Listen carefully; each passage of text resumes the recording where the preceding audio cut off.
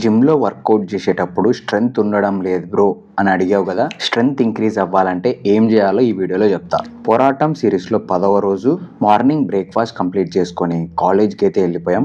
లంచ్లో veggies and chicken rice. నీకు strength పెరగాలంటే నీకు ఒక సైకిల్ అర్థం కావాలి. నీకు ఈ సైకిల్ అర్థం కావాలంటే నువ్వు జిమ్ జాయిన్ అవ్వాలి. జిమ్ జాయిన్ అయిన తర్వాత వాణ్ణి వీణ్ణి చూసి ఎక్కువ వెయిట్స్ లేపకుండా తక్కువ వెయిట్స్ లేపుతూ ఫామ్ మీద ఫోకస్ చేయి. ఇనిషియల్ గా 12 reps ఆప్టిమం పెట్టుకో. నువ్వు తీసుకున్న వెయిట్ తో 12 reps రాగానే నెక్స్ట్ వెయిట్ కి షిఫ్ట్ అయిపో.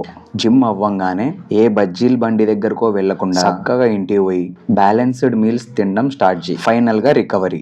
నువ్వు వర్కౌట్ అండ్ న్యూట్రిషన్ లో ఎంత 100% ఉన్నా నీ రికవరీ మంచిగా లేకపోతే నీకు స్ట్రెంగ్త్ అస్సలు బిల్డ్ అవ్వదు. నైట్ టైం వీడియోలు చూడడం ఆపేసి మంచిగా పడుకో. వర్కౌట్, న్యూట్రిషన్, రికవరీ ఈ సైకిల్లో ఏ మిస్టేక్ చేయకుండా 1 year ఫాలో అవ్వు. నువ్వు ఒక రేసు గుర్రంలా తయారవుతావు, నేను గ్యారంటీ. ఈ రోజుకింతే. ఇదే ముచ్చటతో మళ్ళీ రేపు కలుద్దాం.